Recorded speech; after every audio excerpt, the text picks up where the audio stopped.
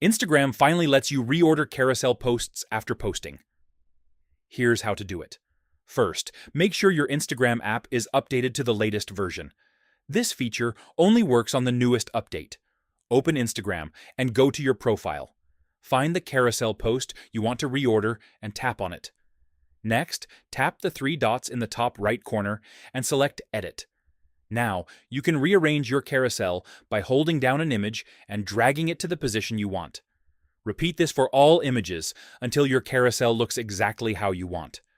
Once finished, tap Done to save your changes. If you changed which image appears first, you might want to adjust your cover image for your profile.